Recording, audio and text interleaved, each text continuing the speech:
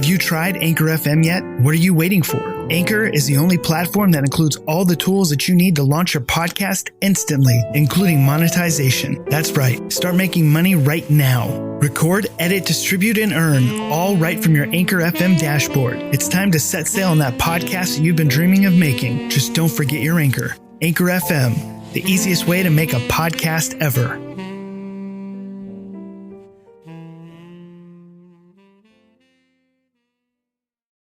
There's a speed limit in this state, Mr. Neff. 45 miles an hour. How fast was I going, officer?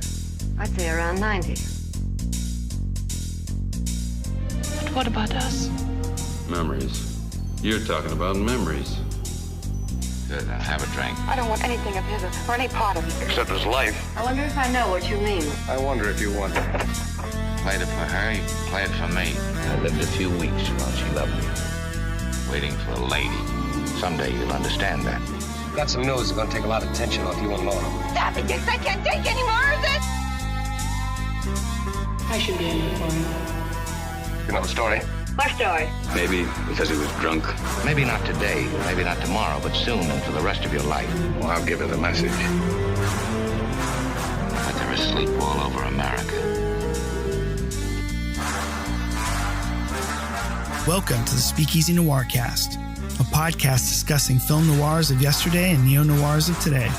Each week, we will deliver a discussion and analysis of classic and neo-noir films, all mixed in with our unintelligible banter. Your hosts for the show, Carly Street and Jason D. Morris.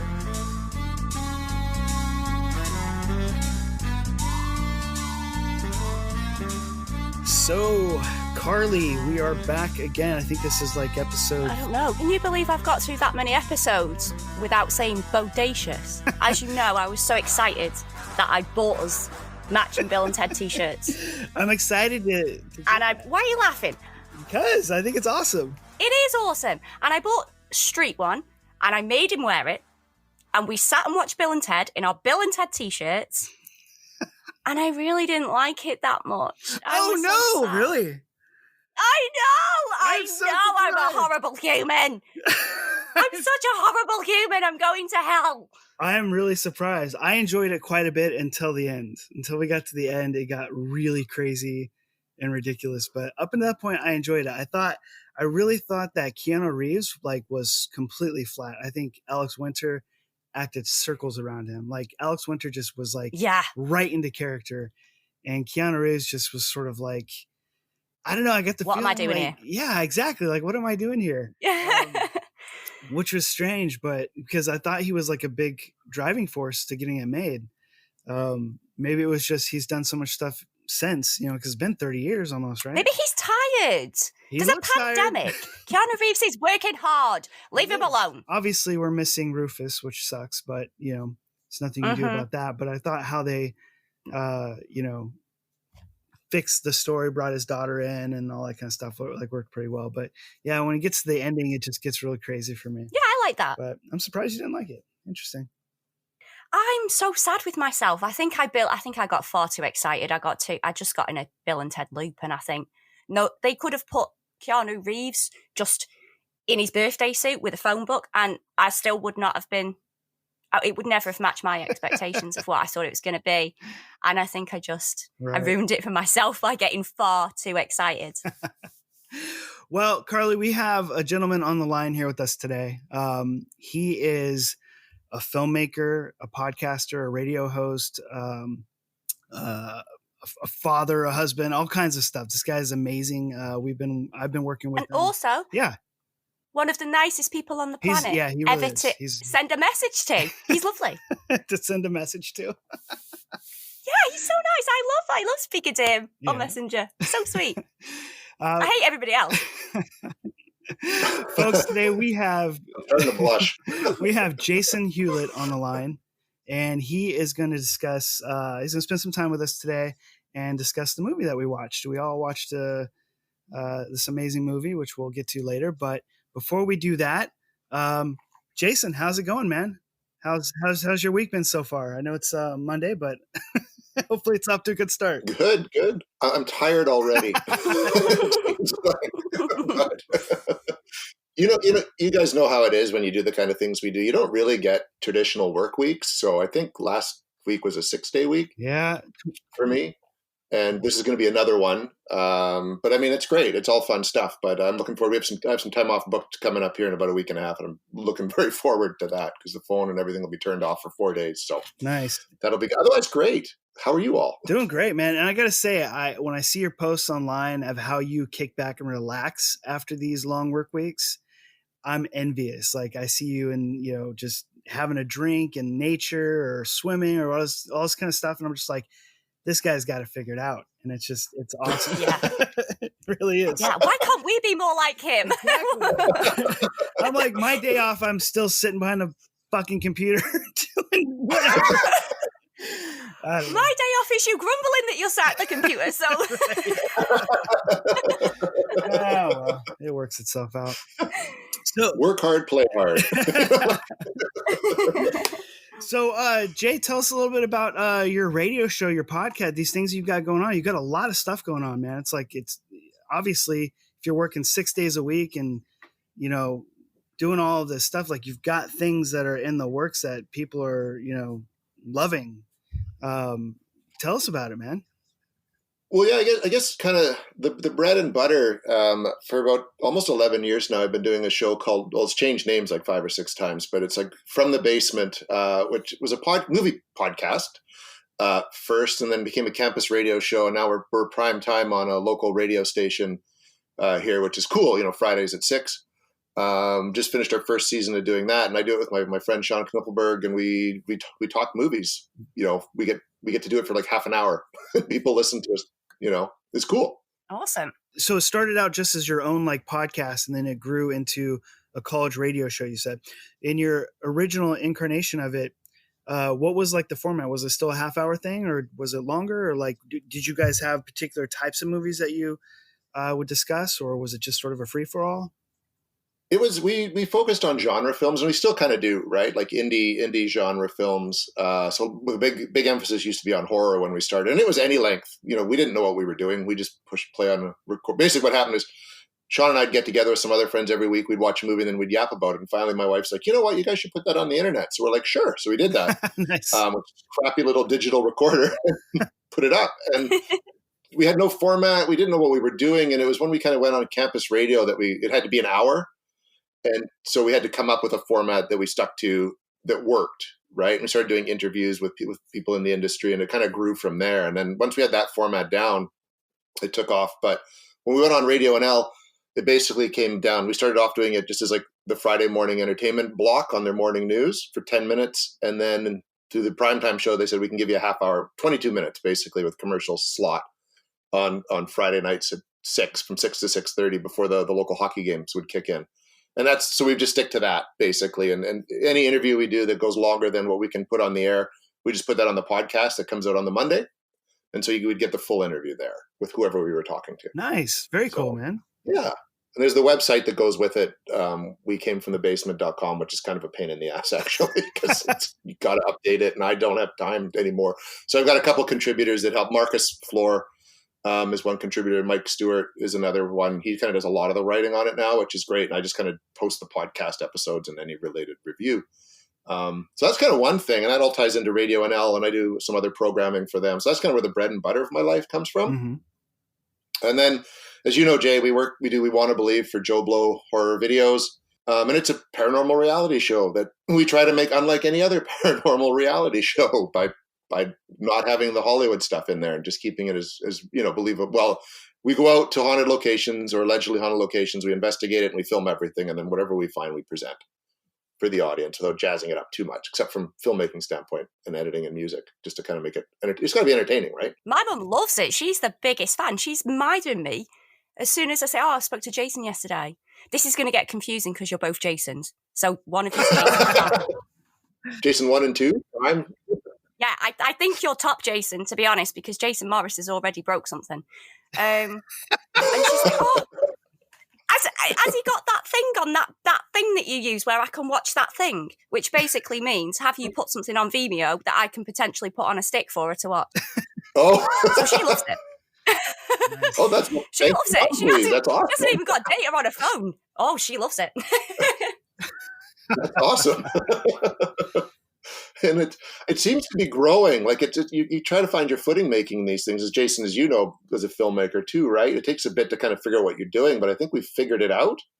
Because the most recent one's gone over really well, and everybody I talk to about it loves it, which is great. Now that it's kind of hit that stride. So yeah, it's has been a very interesting process for me. I've never done anything like it before, and the approach of being different than all the other ghost hunting shows out there has been a real challenge from a post-production standpoint, because you have this sort of want or creative, like, sort of need to spice things up as an editor, I guess, in a way. Mm-hmm. But there's certain things that you just can't do, because the whole mission and the goal of this particular show is to kind of present it as is. And again, to present something that's entertaining to an audience, that can be a very challenging and tough sort of position to be in.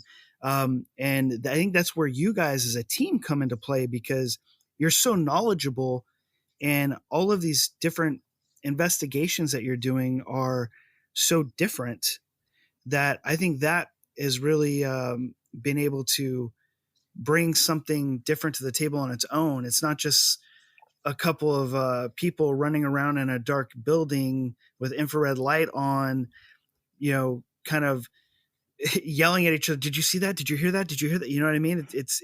It's got substance to it. And it's unique in the fact that it's like, there's no shame if nothing comes out of the investigation. Like, if nothing happened, and that's totally fine. And there's still interesting aspects to each of these stories, because ultimately, you're storytelling.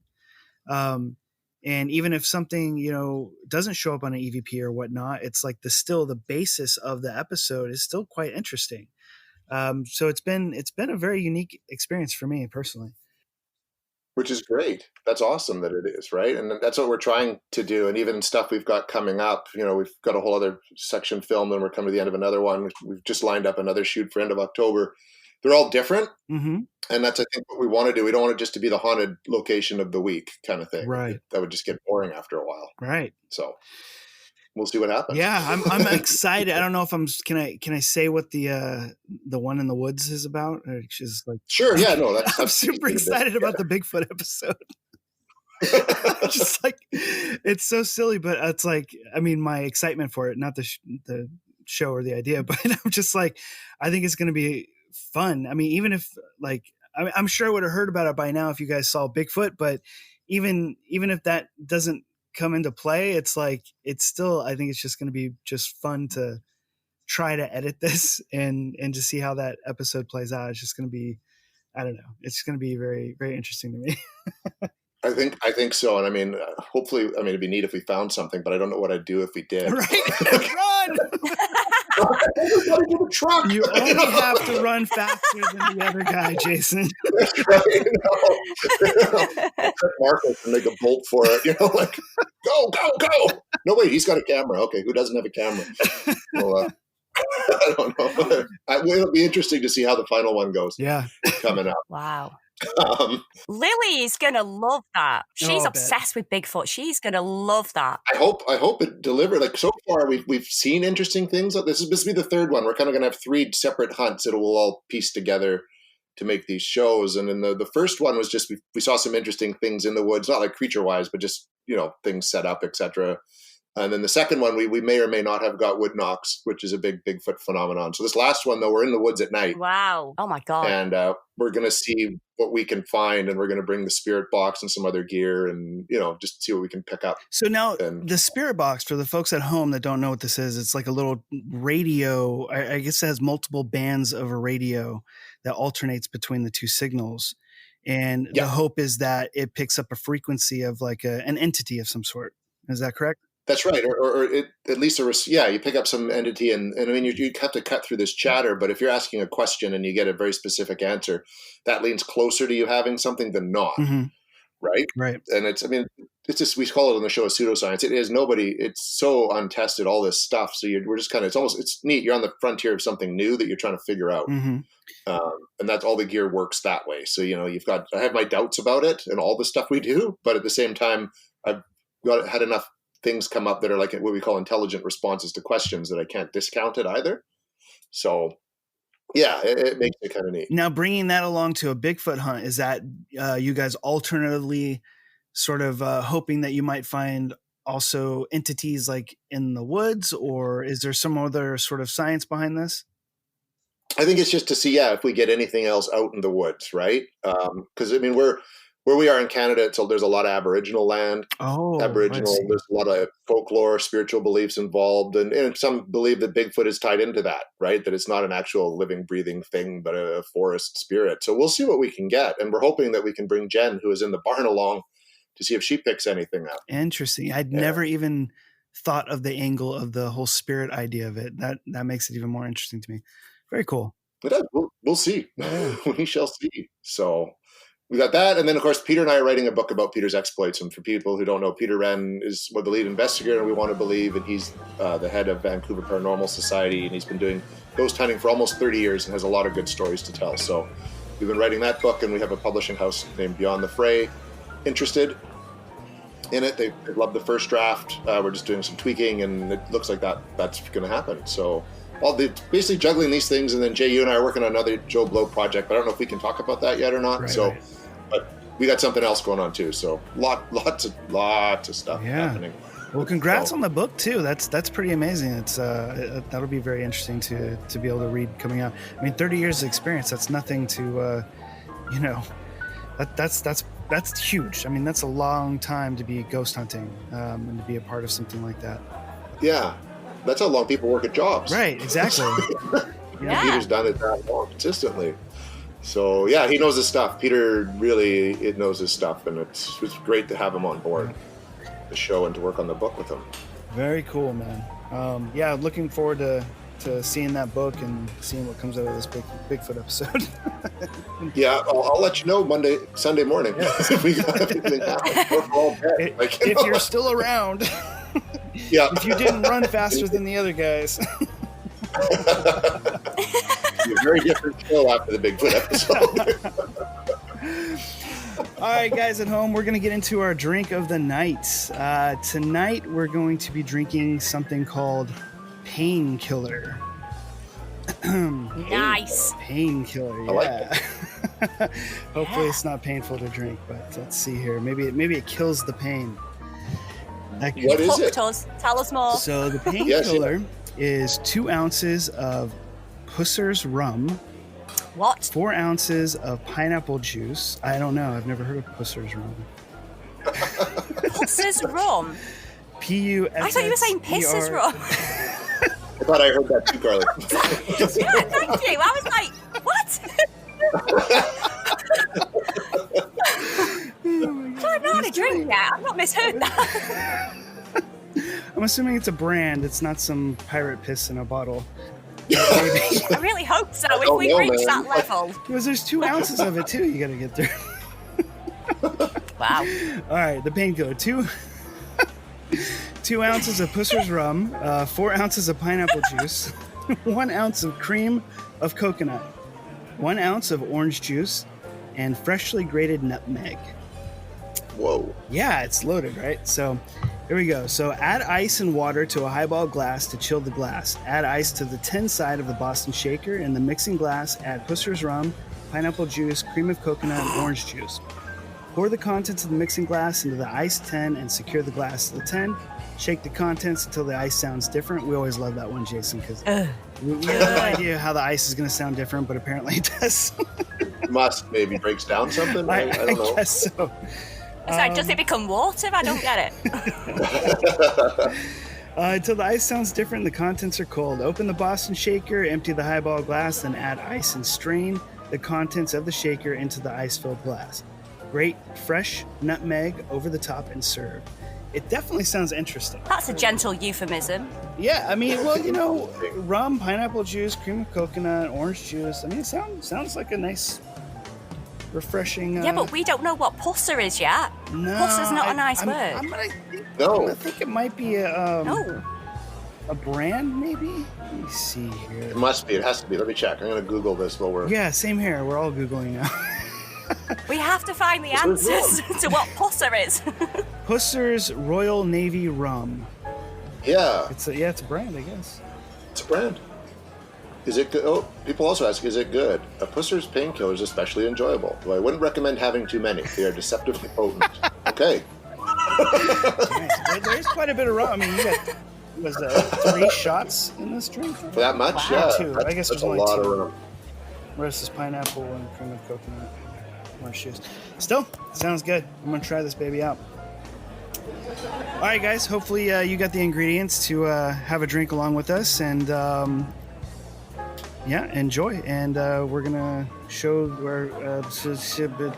Fuck. Put your I'm teeth still in. getting in the swing of this, Carly. This is tough. I swear to God. Going from segment to segment, it's like shit. I'm glad we don't do this live. Oh my god, could you I don't imagine know how that? you do it, Jason. When you get on the radio and stuff like that, if you fuck up, that's it, right? Well, it's there. Yeah. And so if you do, you got to It's watch what you forever. say. Yeah. Oh my god.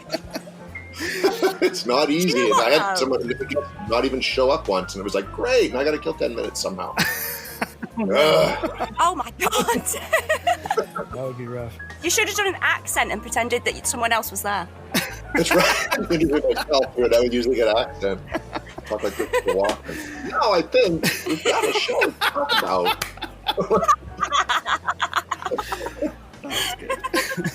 All right, guys at home, I hope you guys have the ingredients to make this drink and have one along with us. For now, check out the trailer for Brick.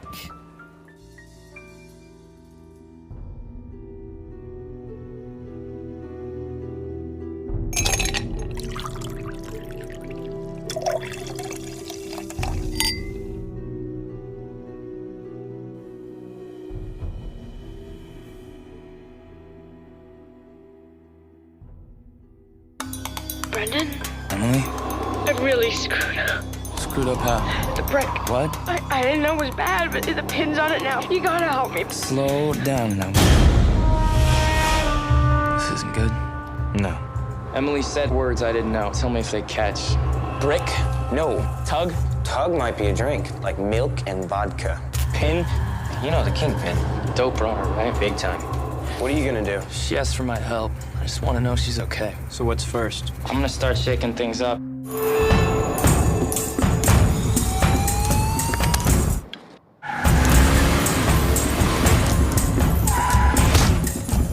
So you didn't know this boy? No, sir, never seen him. And he just hit you. He asked for my lunch money first. Good thing I brown bagged it. You're coming into a certain situation. It's twisted. I'm looking for Emily. You left her. Yeah, I did. You better be sure you want to know what you want to know. Complicated. Everyone's got their thing. When the upper crust does shady deeds, they've got symbols so they can tell each other that we're getting around. Coffee and pie. Coffee and pie? Oh, my. Keep up with me now. You got a cigarette? I don't smoke. I've seen you smoke. I don't smoke cigarettes. I thought we had orange juice. I'm sorry. Water's fine, ma'am. Thanks. Oh, wait a minute. We have apple juice. It's country style.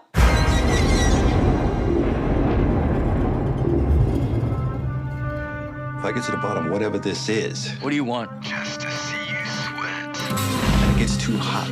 You got a discipline issue with me? Write me up or suspend me. I see that you're trying to help her. And I don't know anybody who would do that for me. You are dangerous. I set out to know, put her on the spot, and put her in front of the gun. There's not much chance of coming out clean.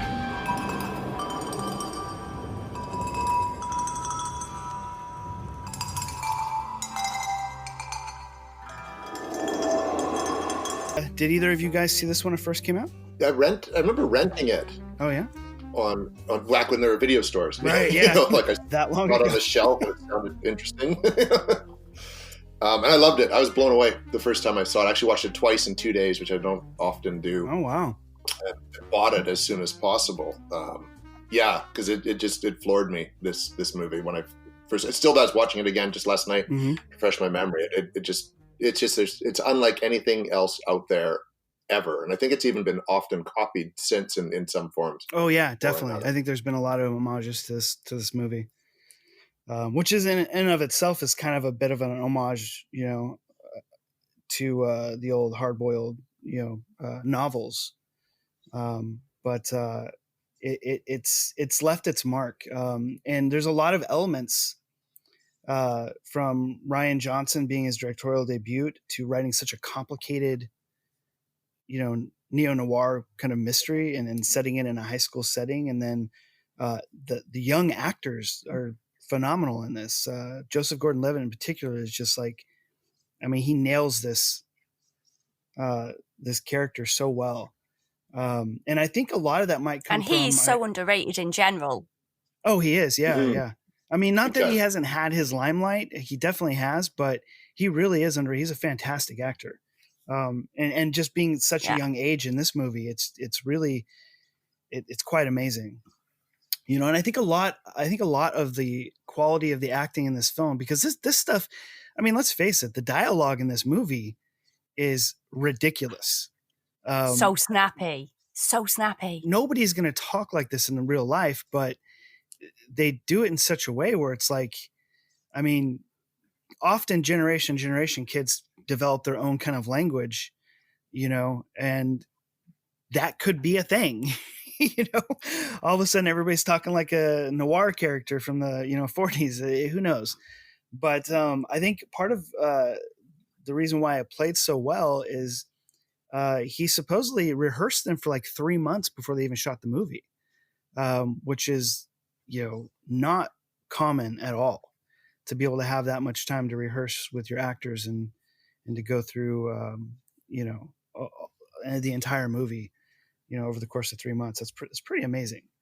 But I think they had to, though, because when you listen to it sounds completely believable. Yeah, like it doesn't sound forced or practiced. It just sounds like they're talking that way, and everybody talks that way. Like everybody, except maybe the Pin's mom.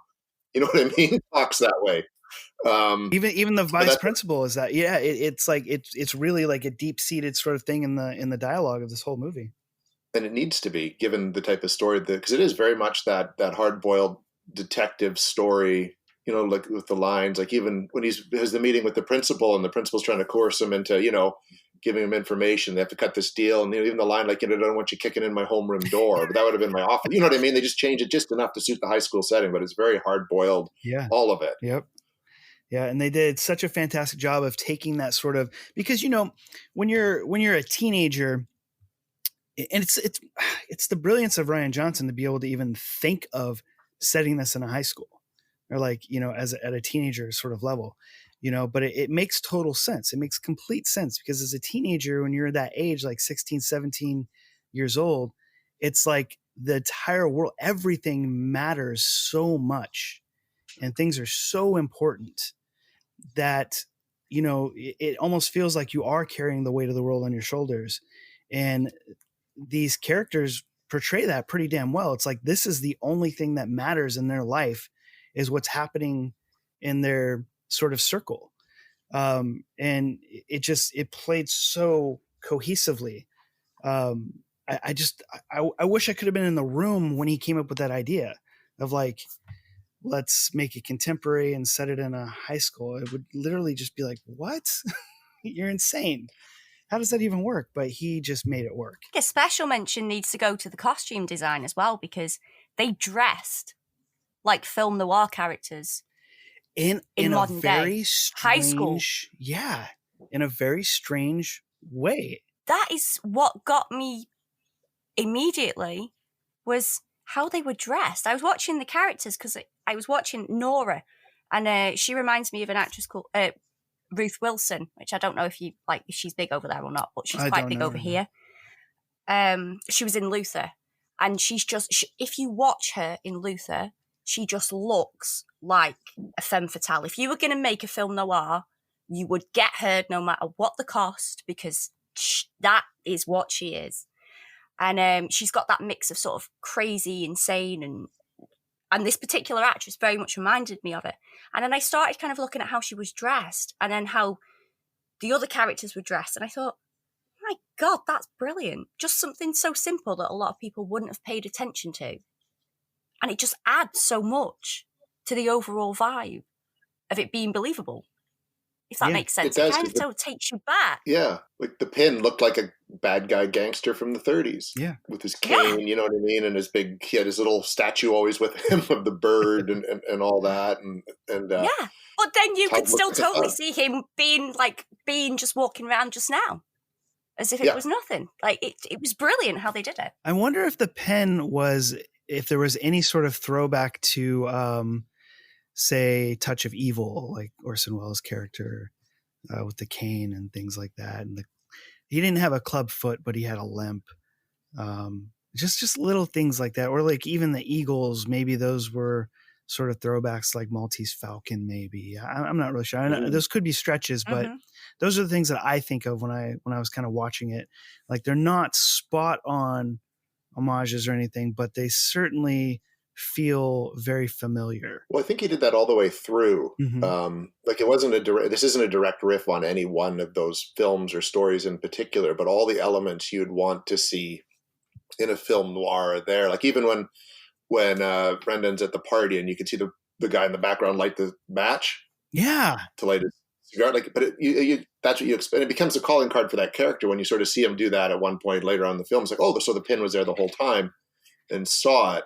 But I mean, that's what you want to see in a film noir. Someone in the dark lights it, and that illuminates their face just a bit. Like, visually, he had a lot of stuff. And I look at like there's the one bit where the guy pulls a knife on Brendan at the school and there's a foot chase. Well, that was kind of like the classic 70s car chase noir. You know what I mean? Kind of thing. 30s. To me, I kind of saw that, even the way it was sort of shot and the way the camera moved and everything. It felt like kind of those old school kind of car chases that don't go on very long. And, it was just a neat way to kind of bring that into the story. Telling in a way that was clever, yet still fit the setting of what they were trying to do. Yeah, no, that's an excellent point, especially the match lighting in the background. I don't think that I recalled that from my previous viewings of the movie, but I definitely noticed it watching it this time around, and I really thought that was brilliant. And like you're talking about the chase scene, I agree. Yeah, those long shots that they used and how they did, and even, I mean, just the creativity of it and him pulling off his shoes and tripping, just silly things like that. I don't know. I just think he's just super creative, in that respect, to be able to pull off all those like subtle homages and then, bring it around to like a high school sort of like low ball move like that. I just think it's just genius. But he's just got a knack for that, though. I mean, if you've seen Knives Out, he's just got the knack. I watched Knives Out, then I watched this one, and it was just, you can see the patterns, but they're brilliant. Yeah, because he's good at taking old genres, and I think that's why it was so odd that he was picked to do a Star Wars movie. You know what I mean? Because Looper even is like a classic sort of sci-fi thing that he kind of just put his own twist on. Like he takes genres that are familiar and just does his own thing with them. Yeah, but keeps them familiar at the same time. Yeah. Yeah. And so when he did Star Wars, which I mean, I love his Star Wars, but he just did something kind of different. And I think that's why people don't like it, with what he did. But which is a whole other conversation. I certainly did not mind Star Wars. I liked it quite a bit. And there's a few of those little moments, like the brushing the dust off the shoulder that Luke does, that was sort of like, maybe that was a little too much. But other than that, I thought it was really well done.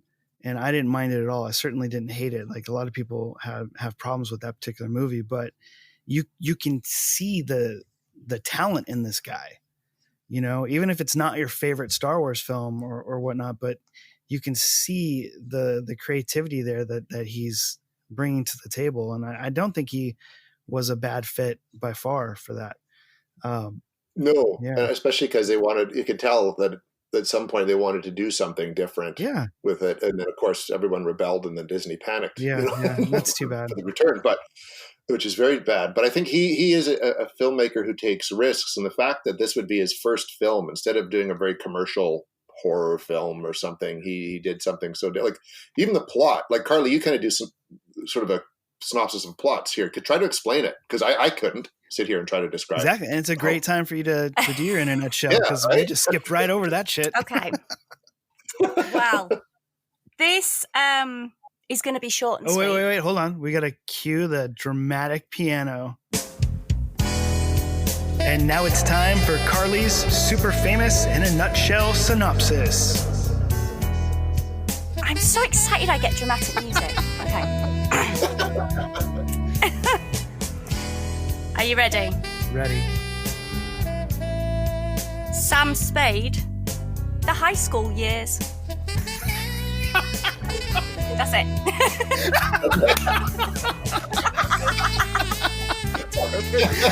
Oh my God. Well, okay then. It's perfect. Did you like it? That was great. That was great. I think I captured the essence. You got it. Now that you say that, I totally want to watch that. I want to watch Sam Spade. See, that's what this is. Right. You're right, Carly. It is basically that's the character, and he does everything you'd expect that character to do, right? And even the way he talks and walks and everything, it is that. Yeah, he has role. He has the same kind of outlook and everything. He's very much a Sam Spady kind of Philip Marlowe style, hard-boiled sort of. He's just not a detective. He's just a high school kid. But other than that, he kind of fits the bill. Yep. Mm-hmm. Yeah. And I think Gordon Levitt did a lot of interesting things with that. Like he only sort of takes the glasses off because Brendan wears glasses at like vulnerable moments. Mm-hmm. So when you see those go off, that's when you know he's sort of vulnerable, or he's going to have a fight with somebody. Yeah, get punched, and you can see it coming. Yeah. But the rest of the time too, he walks with his hands always in his pockets. You know what I mean? Like of his hoodie or his coat, and I like that too. Like it's these little nuances of character that added to it. You know, that'd be like the guy that Sam Spade with his trench coat, right? Like they always would wear the big trench coat with the hands in the pocket, kind of thing. And it was just that really. There's so many layers to the performances in the story. And I think that particularly the hands in the pocket thing, I think a lot of people will sort of look at that as sort of like a vulnerability thing, but I would disagree with that because I would feel that that's almost like him hiding something, like you don't know what to expect. It's like the card up the sleeve sort of thing. That's what I feel when he's got his hands in his pocket. Not that he's necessarily vulnerable or weak. Because I always felt like you didn't know exactly what the hell he's going to do next. And I loved that about his character, particularly when he really wants to see the pen. And when he goes and he walks past the parking lot and he sees Tug's car and he gets into the fight with him. And he just keeps standing up. I just love that scene. And then not the last one, but the second to last one where his hand like slams against a window and this guy is just like, he is not giving up. It's just really great. It's just such a hardcore driven character. And it's brilliantly portrayed. See, I think the hands in the pockets is interesting in another way because I would see that as, this is probably from my bar days showing my my ruffian side. But if you've got the little guy at the back with the hands in their pockets and you've got 4 loudmouth idiots in front of them, you don't need to be scared about the loudmouth idiots and what they're shouting and where their hands are. Right. You need to be shit scared of the guy at the back that is not saying a word, that's got his hands in his pockets because he doesn't need to show you what he's doing. Exactly. And that is how I would read his character, that his hands are in his pockets. He might look a little bit hunched up, but that's because he has that ability. He doesn't need it right now, if that makes sense. Which I think is even more terrifying. Yeah, exactly. You don't know what he's got up his sleeve. You don't know what he's capable of. Yeah, exactly. Well, and as the film plays out, you find out. You know what I mean? Like the way that everything goes at the end. Like he orchestrates. Not to give anything away to people who haven't seen it, but he kind of almost cleverly orchestrates everything right up to the final moment where he unveils everything to the Laura character, right? That's so kind of you, Jason, to worry about spoilers. I fucking ruin every movie we talk about. Yeah, don't worry about it. If they haven't seen it, I've ruined the last one. Yeah. Oh no. But that's very kind of you. Well, I'm used to that with the From the Basement show. We try not to ruin it. I try not to, but I fail miserably every time. You get excited. You want to talk about it. Right? For some reason, I think when I'm discussing a movie, everybody's seen it, and if you haven't, there's something wrong with you. Yeah. But yeah, I'd like to it was one of those few movies where I'd like to know kind of what else happens, like a sequel, you know what I mean? Like more of Brendan's character. I think with Brain and all these other people and Richard Roundtree's, you could do more, right? Absolutely. That would be fun to see where they're at today. I think that's probably why there isn't, though, because if they did do one today, then it would fall into more of your typical noir, because then we're seeing them as adults instead of the high school setting, which I guess in a way is pivotal to it all. But because he did that in Brick, we have grown to love those characters anyway. So I do think that would be perfectly fine. I would totally want to see these kids older now and see what the fuck they're into, because I'll bet you there's going to be some strange stuff later. You know? Yeah, well, and what did Brendan do? Because he was kind of alluded to that he was in the drug trade somehow, right, or something like that. So did he stay in that, or did he get cleaned up, or did he become a legit PI? You know what I mean? Or who knows? And where did Brain go? And that was an interesting character too, because he was kind of the sidekick, the smart sidekick. You know, that you'd always be the one source that the main detective would always go to, who is his buddy, who is his finger on the pulse of everything. I think he got the short end of the stick, though, because he's such an interesting character, but he only got basically exposition in the film. But I mean, stuff that you needed to know, or things that our character needed to hear. But he was one of the characters in the films that I almost feel like he could have his own side movie. That would be like a spinoff. Yeah, but that's typical noir, isn't it? Yeah, it's absolutely. It's like Buzz in the Blue Dahlia. Supporting character that's just they make so interesting. Yeah, it just shines. Yeah, because it's always supposed to be from all these detective stories are from the detective's perspective. Because they're always told almost in first person, right, as in the print form, right, or from that perspective. So you couldn't veer off to see what the Pin was doing when Brendan wasn't around, or any of them. It had to be through his lens, right? But the fact that everybody is so, even like I said, Pin's mom is kind of interesting, even though she's only there a couple times. And even feeds all the gang guys milk at the end. I know, like, what is this woman doing? Does she not know what's happening? Who are these people? She's the one that knows but does nothing. Right. That's how I saw it, right? Which is so typical in high school of the bad. Every parent knows what their kids are doing. Right. You're lying, to yourself. But it was everybody is just interesting in this film, and even if they're only on screen like in one scene or two, they come to life. I think in a really Ben Bramish, was too another one. It's just so good on so many levels. I'd love to read the script. Oh yeah, that would be fun. Like a first draft or something like that. I think that would be amazing. So hey, Carly, why don't we take a break and listen to an ad from one of our sponsors?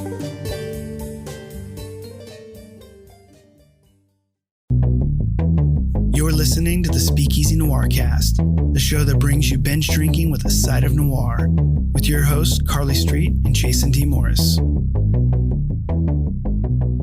I did want to talk real quick. So I'm going to do a little spoiler here if you guys haven't seen it, so you can either shut it off, fast forward, or rewind and listen to the first 40 minutes again.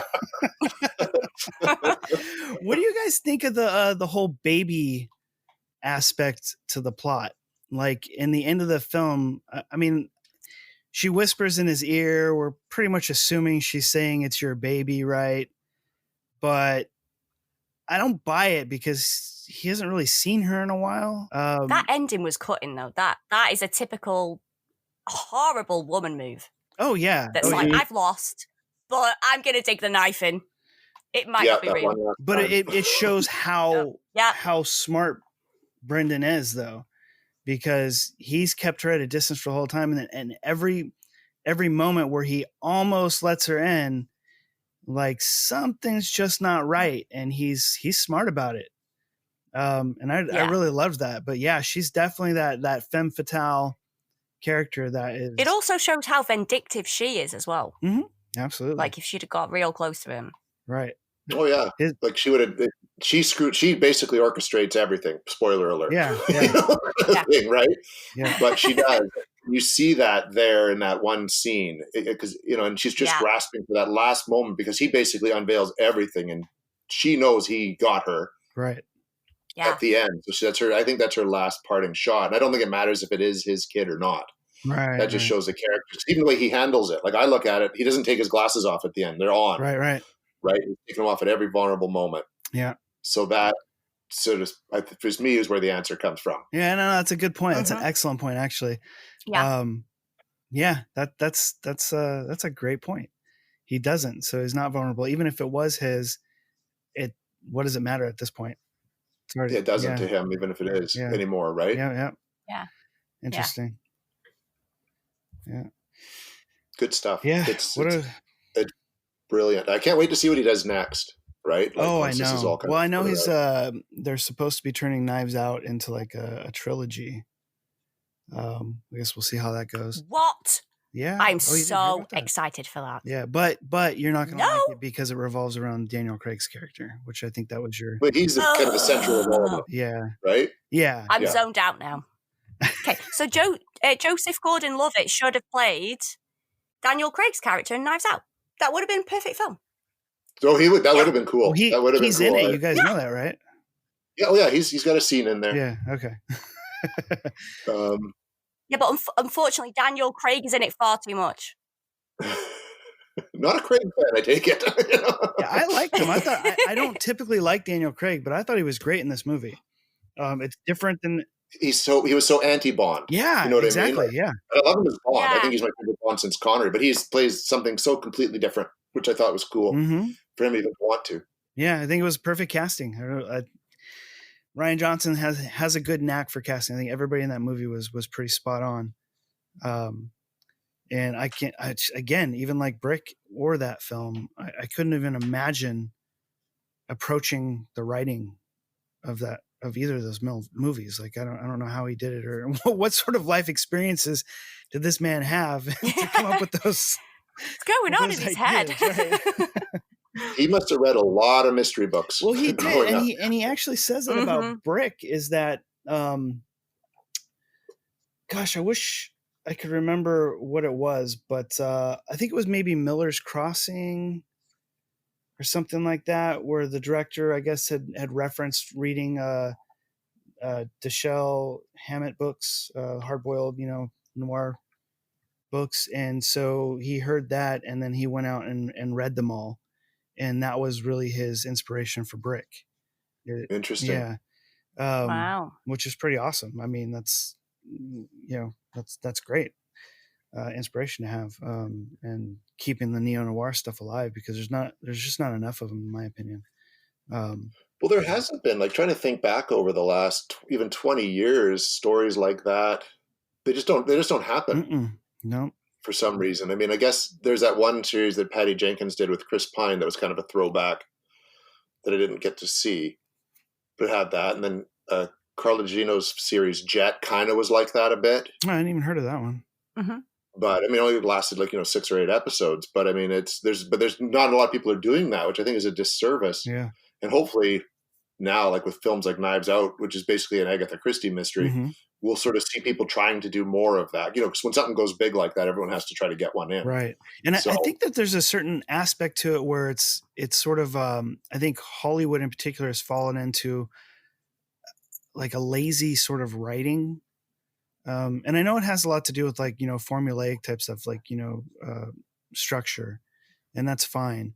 But when you have a movie like Brick that has perfect structure, you have a movie like Knives Out that has perfect structure, it has a lot of familiar elements to it, but it turns these things on their head.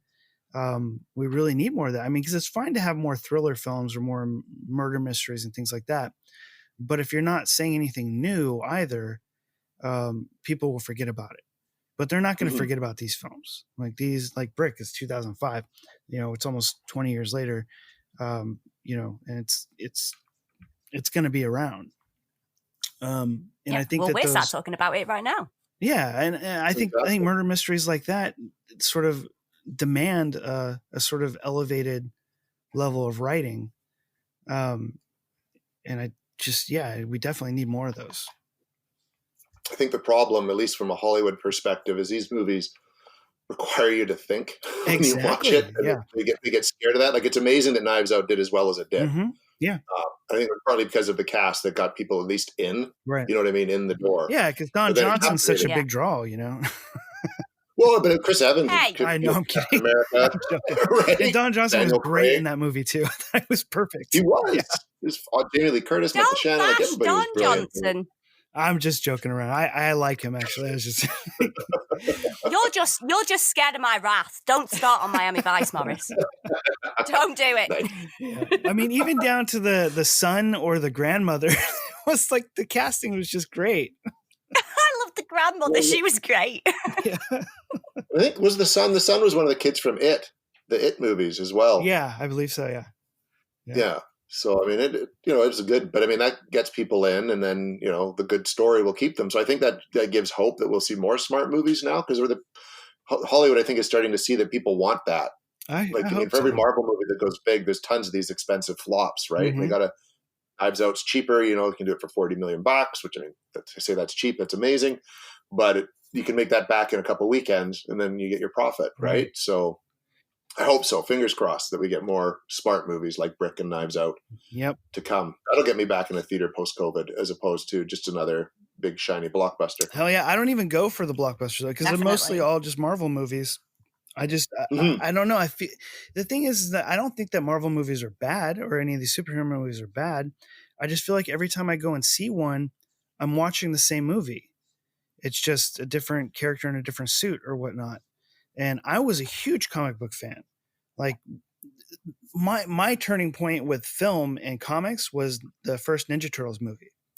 When that film came out, I was, I don't know, what was that, like 8 or 9, or I don't know, maybe even younger. I can't remember. But that was like, wow, they made a dark kids movie. Like this whole thing is like shot in darkness, and it's, it was just really cool to me. I was like, they need to make more movies like this. And here we are like 30 years later, and I'm just like, these are too much. There's just too many of them, and it's like, I think back and I'm like, that's exactly what I asked for. I have it. And then now it's like, I don't want it at all.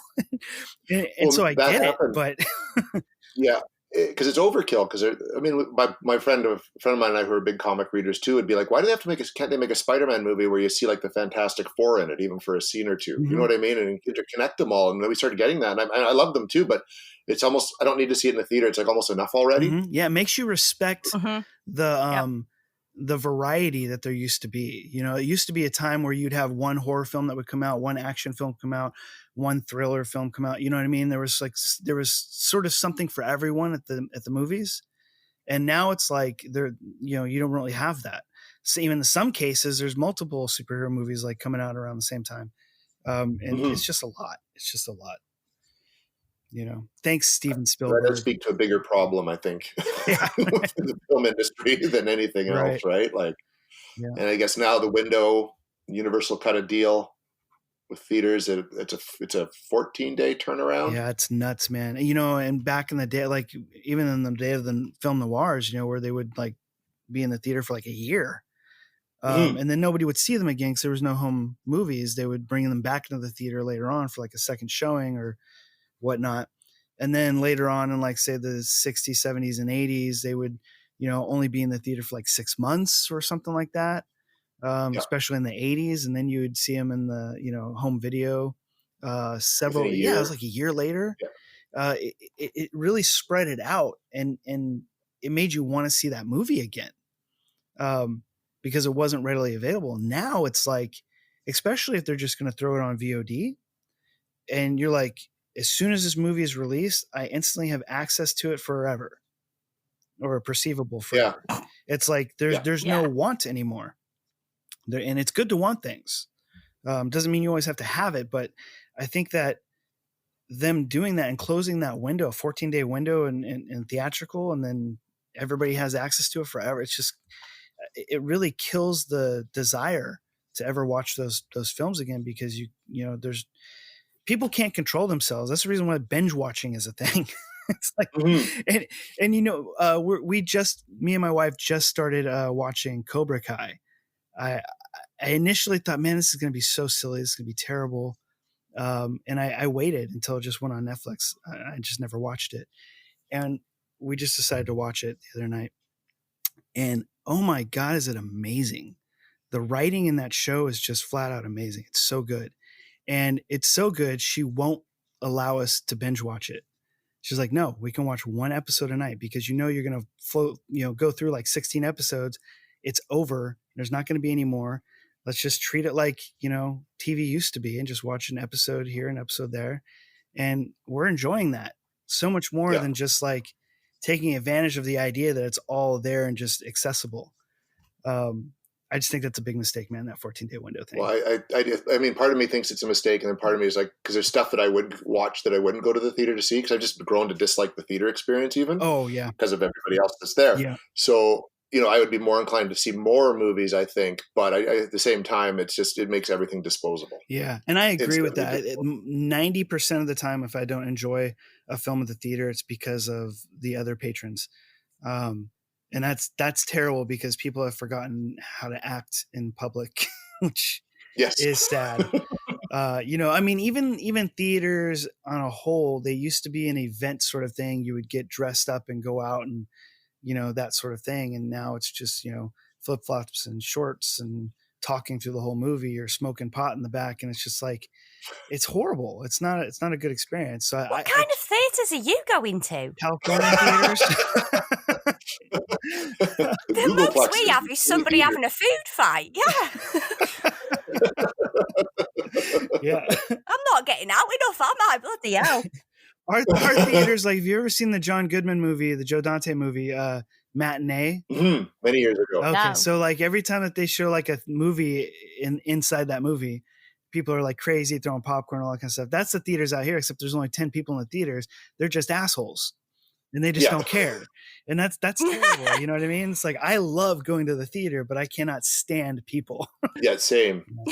I'll go for like a Star Wars or a big movie, but I used to go, my wife and I go every week to see something, sometimes twice. And now we just would bear like once a year if we're lucky. Yeah, same here, man. I'll take my son to see something, Yeah. We have a drive-in theater out here. And it's the only theater that you can go to right now, right? And so we just went and saw, we didn't even care what we were going to see. We just wanted to go to the movies, right? So we went and saw The New Mutants. And it wasn't great. But even the etiquette at the drive-in was horrible. People leaving their lights on, having their cars on through the whole movie. There's this one dude sitting next to us, and they talked through the entire movie. Not like quietly, but like you could just hear their entire fucking conversation. And it's like, you can't do anything about it. You know what I mean? No. It's horrible. But why are they going then? I don't know. I don't get it. I seriously don't understand. You're paying money to sit here and talk through the whole damn movie. I'd rather stay home and watch Brick. Yeah, again. exactly. Yeah, I get it. Totally. All right, guys. Well, I guess it's that time to go through and give our ratings of this, my opinion, amazing film. Let's start with our guest today, Jason. Why don't you give us a rundown of your thoughts and give it a gen rating? Well, I think it's a brilliantly written, brilliantly executed film with some really fine acting, a lot of nuances to it. Totally at the time, very original. I hadn't seen anything like it. I think that's what makes it so compulsively watchable still. And I'd got to give it 10 out of 10 gents. Like, I mean, it's to even be talking about it 15 years later and watching it, that says something. This is something that'll be around. People will be watching this movie 50 years from now. Oh, I agree. I think. Yeah, I would agree with that. Yeah. Excellent. All right, Carly, you're up. Oh, okay. She's like, you guys are going to hate me. To be fair, no. Thank you, Morris. Don't be negative. Right? I was going to say, I normally don't like young people in films because I tend to gravitate to women. pretty miserable old people. All women, like in general life. But actually, I very much enjoyed this. And I'm going to give it a 10 out of 10 as well. Oh, whoa, I'm surprised there. Yeah. All right. Very cool. So in your face, Morris. All right. You thought it would be a 9. Touche.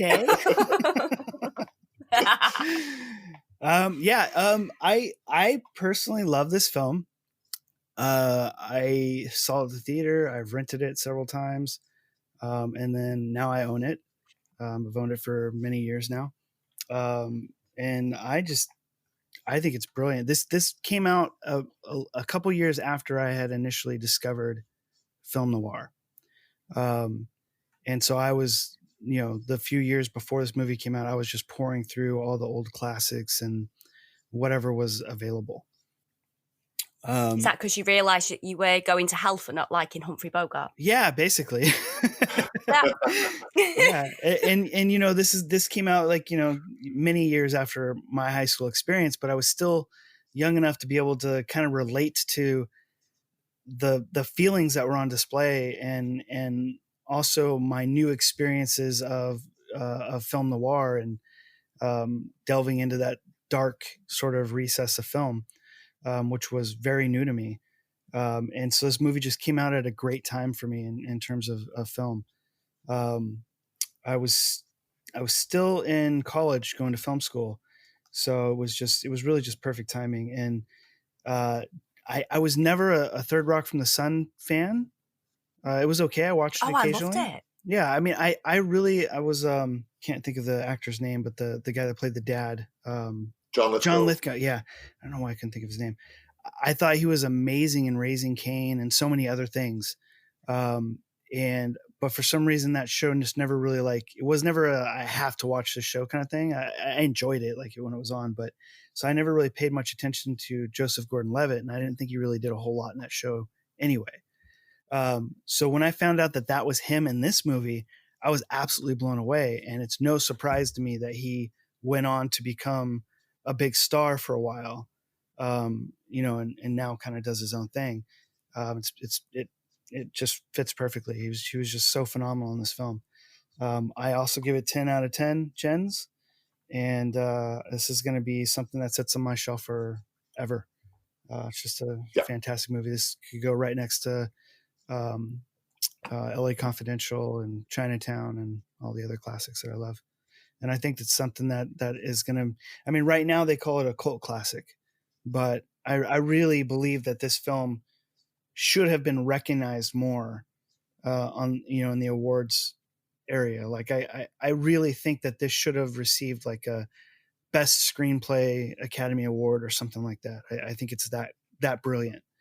I agree completely. Yeah. I don't know why it wasn't recognized. Yeah, no, it like did nothing in terms of that. I think it got, what did we got won a special jury prize for originality of vision at Sundance. And that's not even like a best picture or best, you know what I mean? That feels like that's a secondary sort of like thing. And this movie just deserves so much more than that.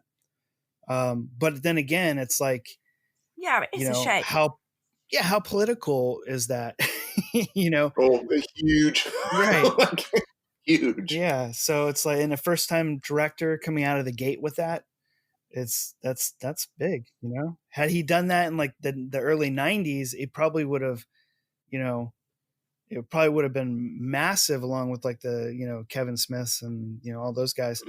But you know, it just seems like he had a whole lot riding against him for this, but he persevered, got the funding, made it happen, and made a brilliant movie. Yep. That's 30 gins out of 30. 30, a lot of gin. Wow. that is the most gins that we've ever done. I think so. Carly's going home happy tonight. I am going to drink those 30 gins for Brick. You're welcome, me. Oh. All right, guys. Jason, thank you so much for coming on the show and discussing Brick with us. Folks at home, if you want to check out more stuff from him, you can check out fromthebasement.com. Is that correct? We came from thebasement.com. We came from thebasement.com. And you can learn more about the projects that Jason's got going on, the radio shows, podcasts, all that other kind of stuff. We Want to Believe. Plenty of content out there this guy is creating, a new book coming out, just amazing stuff. So follow this guy, look him up, and become a fan because he's doing some great stuff. Thank you so much. Yeah, thanks for coming on. And he's lovely. He is. He's an amazing person. And he knows how to relax too. Yes. Work hard, play hard. Right. Does. All right, guys. We will see you next week on the Speakeasy Norquat. Blah, blah, fuck. It's a good. I'm gonna say it again. It's a good thing we are not live. All right, guys. Although I think we might make more money if we had a live show. Can you imagine the ratings on YouTube with us just messing it up?